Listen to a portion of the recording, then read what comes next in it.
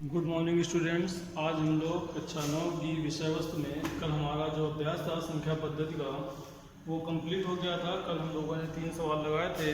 Last exercise थी 1E उसके। अब इसके बाद हम लोग नया अभ्यास चालू करेंगे। तो नए सिलेबस के अकॉर्डिंग अब हमको क्या पढ़ना है, बहुपद पढ़ना है।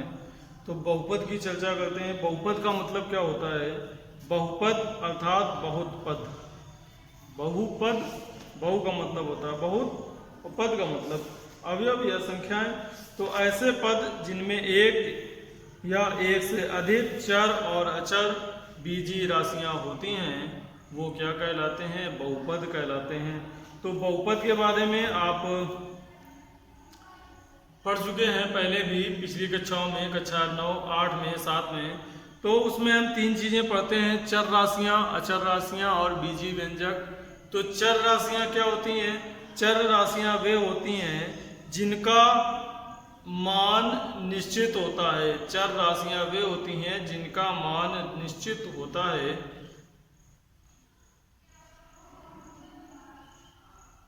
चर राशियां वे होती हैं जिनका मान निश्चित तो होता है लेकिन प्रत्येक सवाल में भिन्न भिन्न होता है। जैसे x है, y है, a है, b है। ये जो बीजीय पद कहलाते हैं, बीजीय संख्याएं कहलाती हैं, बीजगणितीय संख्याएं कहलाती हैं, उनको हम क्या कहते हैं? चर राशियां कहते हैं। इनका मान प्रत्येक सवाल के लिए तो में अलग अलग हो सकता है। x का मान किसी सवाल में 2 आ सकता है, किसी में 3 आ सकता है, किसी में 6 हो सकता है। तो प्रत्येक प्रश्न के लिए, प्रत्येक कंडीशन के लिए, प्रत्येक शर्त के लिए x का मान या चर राशि का मान भिन्न भिन्न हो सकता है। जबकि अचर राशियां वे राशियां होती हैं जिनका मान परिवर्तित नहीं होता। जैसे 7, 8, 9, 2, -3, √4।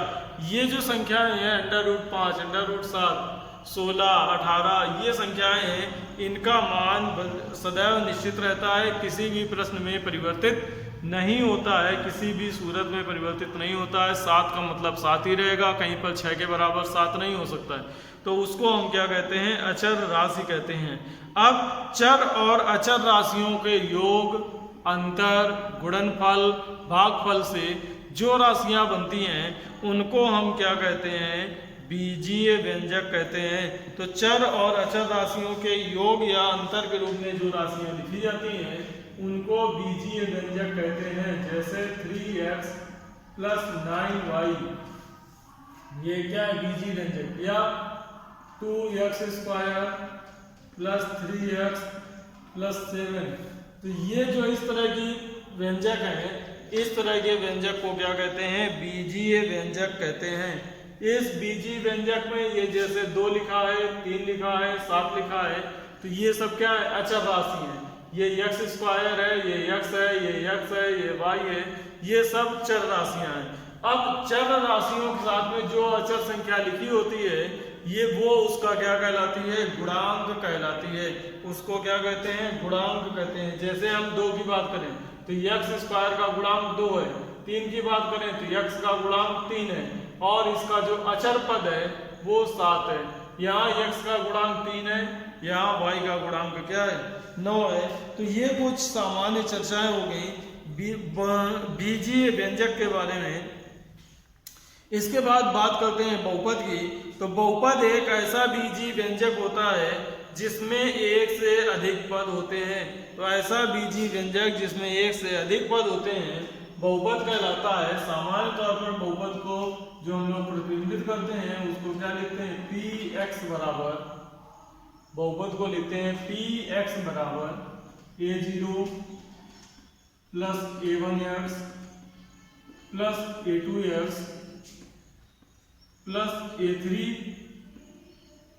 a2x², a3x³ + ... an की घात x की घात an x की घात n, an x की घात n। यहाँ जो आपको दिख रहा है a0, a1, a2, a3, ये उसी तरह की संख्या है जैसे यहाँ 2 लिखा था, यहाँ 3 लिखा था, यहाँ 7 लिखा था। यानी कि a0, a1, a2 ये सब क्या अचर राशियां हैं। तो a0, a1, a2, a3 ये सब अचर राशियां हैं। और ये जो x, x², x³ x⁴n है ये आपकी चर राशियां हैं। तो ये जो a0, a1, a2 ये चर राशियों के क्या है, गुणांक हैं, या इनको बहुपद के गुणांक कहते हैं।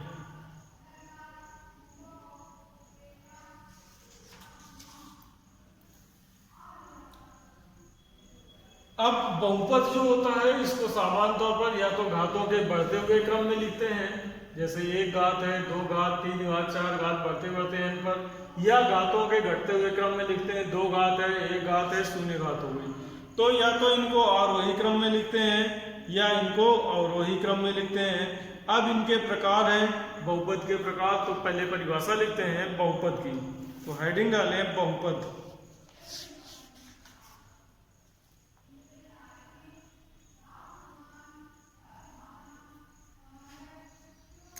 लिखें एक ऐसा बीजीय व्यंजक, एक ऐसा बीजीय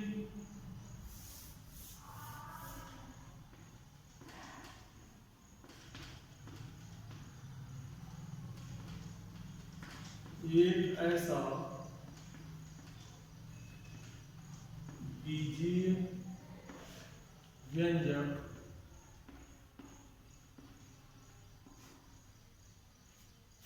एक ऐसा बीजीय व्यंजक जो, लिख दें इसको, px बराबर a0 plus a1x plus a2x square plus a3x cube plus dot dot plus an x की घात n के रूप का हो, के रूप का हो।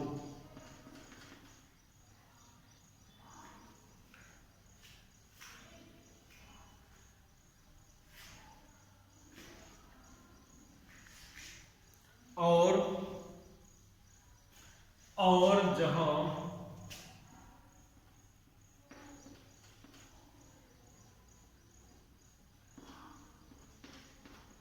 a0, a1, a2 dot dot an, और ये जो an है ये नॉन जीरो होना चाहिए। an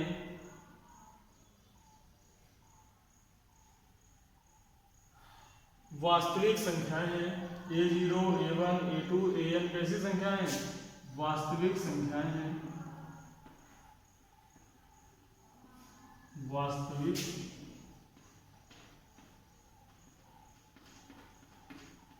संख्याएं हैं। और ये जो an है ये नॉन जीरो होना चाहिए, an not equal to zero, तथा n एक ऋणोत्तर पूर्णांक है, यानी कि n का मान ऋणात्मक नहीं हो सकता है। n एक ऋणोत्तर पूर्णांक है, या ये कह सकते हैं कि धनात्मक पूर्णांक है।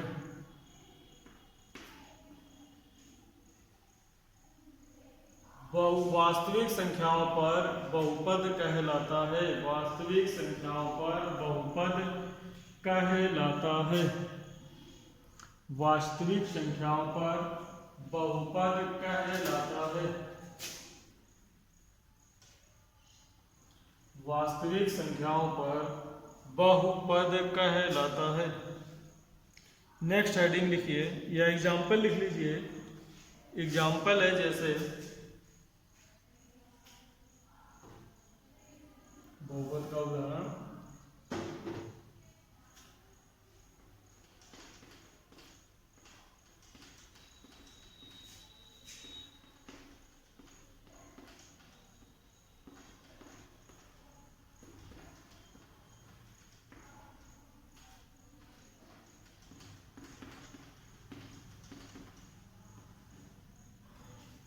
ये हो गए आपके बहुपद के उदाहरण। नेक्स्ट अब लिखिए बहुपद के प्रकार।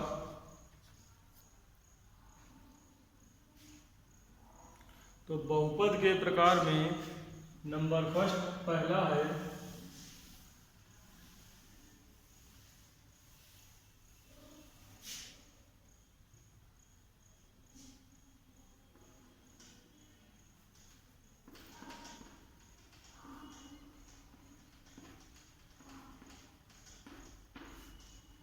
एक पदी बहुपद, एक पदी या एक पदी बहुपद।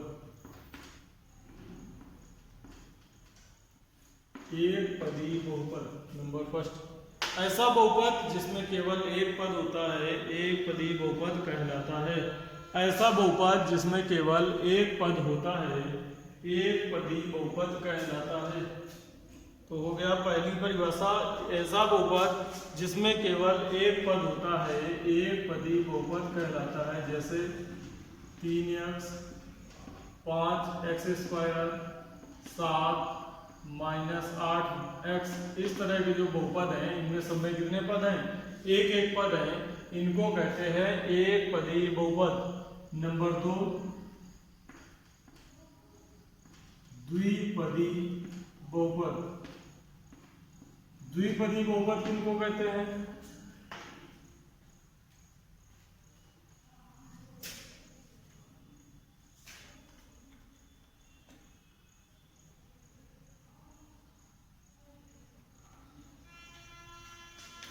ऐसे बहुपद जिनमें केवल दो पद होते हैं द्विपदी बहुपद कहलाते हैं।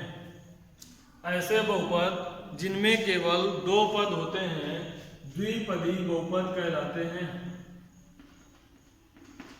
3x + 5, 4x² + 3, इस तरह के जो बहुपद हैं वो क्या कहलाते हैं? द्विपदी बहुपद या द्विपद बहुपद। द्विपदीय बहुपद, द्विपदीय बहुपद। नेक्स्ट है त्रिपदी बहुपद, तीसरा नंबर है। तो इसी तरह से वो भी हो जाएगा त्रिपदी बहुपद। तो त्रिपदी बहुपद में लिखेंगे एक ऐसा बहुपद जिसमें केवल 3 पद होते हैं। एक ऐसा बहुपद जिसमें केवल 3 पद होते हैं त्रिपदी बहुपद कहलाता है।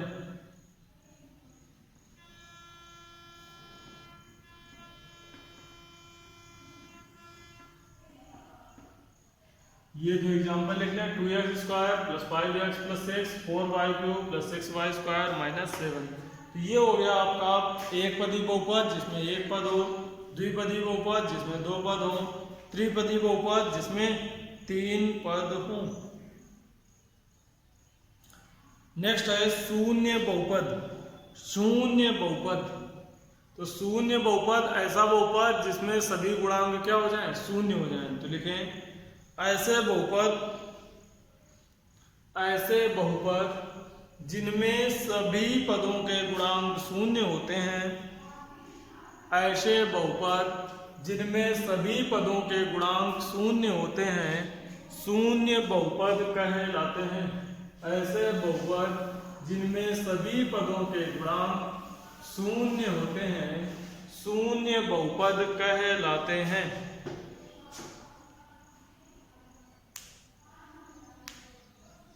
और अंतिम है अचर बहुपद।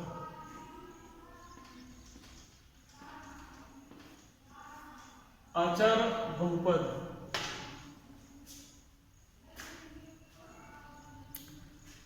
अचर बहुपद में लिखिए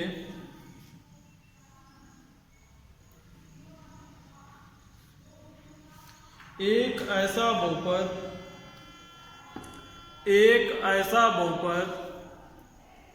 जिसमें केवल एक पद हो। एक ऐसा बहुपद जिसमें केवल एक पद हो और वह भी अचर हो। जिसमें केवल एक पद हो और वह भी अचर हो अचर बहुपद कहलाता है। ऐसा बहुपद जिसमें केवल एक पद हो वह भी अचर हो अचर बहुपद कहलाता है। एग्जाम्पल लिख लीजिए 3, 5, 7, यानी कि केवल गणितीय संख्याएं हो, बीजगणितीय संख्याएं ना हो, अचर बहुपद कहलाता है। अचर बहुपद कहलाता है।